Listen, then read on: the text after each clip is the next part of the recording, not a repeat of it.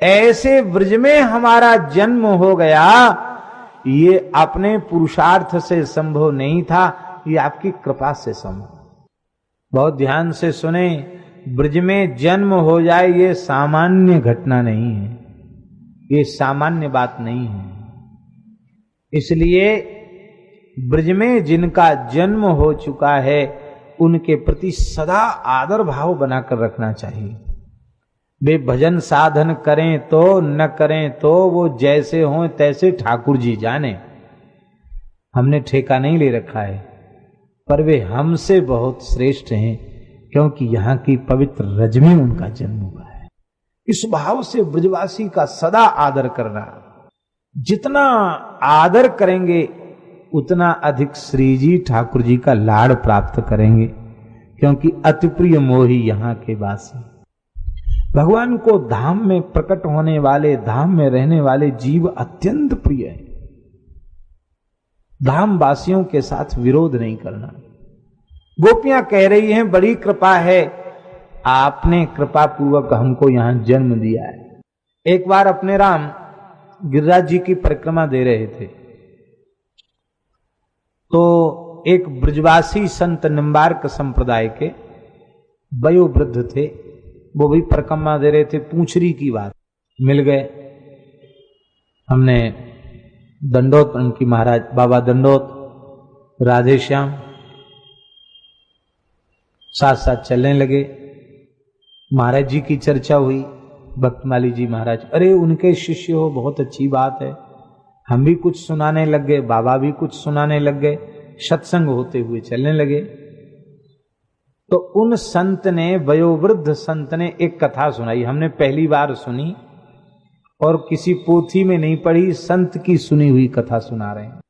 उन्होंने कहा कि ठाकुर जी अर्जुन के प्रेम से खिंचे हुए इंद्रप्रस्थ पधारते थे पांडवों पर कृपा करने के लिए। तो जब ठाकुर जी दिल्ली आ जाते इंद्रप्रस्थ, तो ठाकुर जी को ब्रज की याद और ज्यादा आने लग जाती। तो अर्जुन के साथ घूमने जब यमुना जी के किनारे पहुंचते, तो यमुना जी से कहते कि तुम बह करके हमारे ब्रज में जा रही हो, तो हमारा प्रेम संदेश वहां सुना देना। कह के ठाकुर जी रोने लग जाते।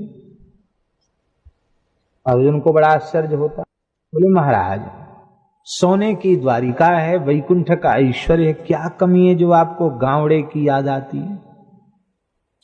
फिर इंद्रप्रस्थ इस धरती का सबसे श्रेष्ठ नगर है, आपकी कृपा से मैं दानव ने बड़ी विचित्रताओं से युक्त इसको बनाया है। यहां की भी इतनी याद आप नहीं करते, द्वारिका की तो नहीं ही करते हैं। ऐसा क्या है ब्रज में जो आप इतनी याद करते हैं ब्रज की और ब्रजवासियों की? ठाकुर जी बोले, अच्छो अर्जुन, तुम्हें ऐसे समझ में नहीं आवेगी, तुमको हमारे संग कछु लंबी दूर की यात्रा करनी पड़ेगी। बोले हाँ चलो। तो ठाकुर जी अर्जुन को लेके श्वेत द्वीप पहुंचे। श्वेत द्वीप की बड़ी बड़ी कथाएं हमारा महाभारत में अब की बार पाठ किया, तो बड़ी लंबी चौड़ी कथा श्वेत द्वीप की, श्वेत द्वीप के निवासियों की बड़ी विलक्षणता है श्वेत द्वीप में। तो श्वेत द्वीप में पहुंचे तो वहां ठाकुर जी ने दिखाया अर्जुन से, देखो कुछ दिखाई पड़ रहा? बोले हाँ दिखाई पड़ रहा है। क्या? कहते एक चंद्रमा की कांति को भी लज्जित करने वाला धवल उज्जवल वर्ण का एक विशाल पर्वत दिखाई पड़ रहा है। इस पर घास भी नहीं है, कोई पेड़ पौधा नहीं है। ऐसे लगता मानो अरबों खरबों चंद्रमाओं को ही ढेर कर दिया गया, इतना चमक रहा है पर्वत। चंद्रमा से ही पर्वत बना हो ऐसा पर्वत। और देखो और कुछ दिखाई पड़ रहा? बोले हाँ, इसकी चोटी पर कोई महात्मा बैठ के भजन कर रहे हैं। बोले तो ठीक है। भगवान वहां पहुंचे, भगवान ने बांसुरी बजाई, क्योंकि मुरली मनोहर द्विज स्वरूप के उपासक थे। बांसुरी का शब्द सुन के उन्होंने नेत्र खोले, साष्टांग दंडवत, प्रेम विह्वल हो गए। भगवान ने उठाकर उन महात्मा को हृदय से लगाया और कहा कि महाराज आप इतनी कठोर तपस्या क्यों कर रहे हैं? आप क्या चाहते हैं? ये श्वेत द्वीप तो वैकुंठ ही है, हमारा धाम ही है। यहां रहकर आपका कौन सा मनोरथ अधूरा रह गया जिसको पूर्ण करने के लिए आप इतनी कठोर तपस्या कर रहे हैं? और ये पहाड़ कौन सा है? हमने पहली बार इस प्रकार का पर्वत देखा है। बोले महाराज ये पहाड़ नहीं है, ये हमारे शरीर हैं। भजन करते करते जब शरीर की अवधि पूरी हो जाती तो हम शरीर छोड़ देते हैं, फिर अपने संकल्प से नया शरीर ग्रहण कर लेते हैं। तो हमारे शरीर भजन करते करते सूख कर केवल हड्डी बचते हैं, और जब अस्थि मात्र रह जाते तो हम उनको त्याग देते हैं, फिर दूसरा शरीर भजन से अपने संकल्प से शरीर ग्रहण कर लेते हैं, अब फिर वहीं बैठ के भजन करते हैं। ये शरीर की हड्डियां इकट्ठी होते होते होते होते पहाड़ हो गया। अब आप लोग गिनती लगा सकते हैं कितने समय हो गया।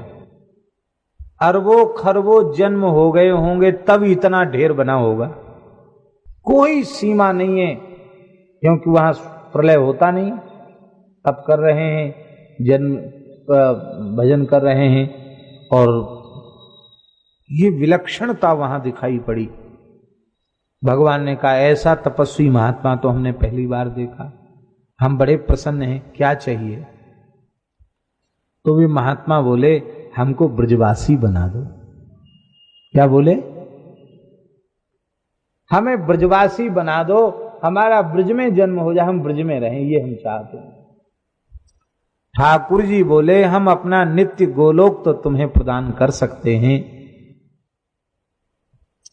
पर ब्रज में जन्म हो जाए, ब्रजवास मिल जाए, ये हमारी भी सामर्थ्य कहां है। ये ब्रजवासी संत के द्वारा सुनाई भई कथा सुनाए रहे हैं। बोले ये किसके अधीन है? तो ठाकुर जी बोले श्री जी की कृपा से हमको भी ब्रजवास मिलता है, उनकी कृपा के बिना किसी को ब्रजवास मिलता नहीं। श्री जी कृपा करें तो ब्रजवास मिले, ब्रज में जन्म मिले। पर आपने बड़ी कठोर तपस्या करी है, इसलिए इतना तो हम अधिकार रखते हैं, इतना वरदान देने का।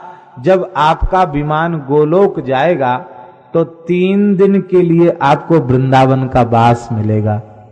स्वामिनी जी की सहचरियों के सहित कृपा प्राप्त होगी, हमारी कृपा प्राप्त होगी, हमारे महाराज का दर्शन होगा, फिर तुम्हारा विमान गोलोक को जाएगा। वरदान दे के ठाकुर जी चले आए।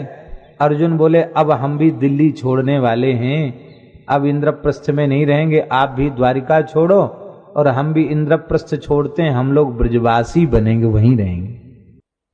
तो ब्रजवासी संत बड़े भोलेपन से करे थे कि बाबा ऐसी महिमा है ब्रज की, करोड़ान जन्म तक तपस्या करी जाए तब ब्रज में जन्म नहीं मिले। ठाकुर जी देवे वारे ना आए तो राधा रानी की कृपा है जाए तो ब्रज में जन्म है जाए।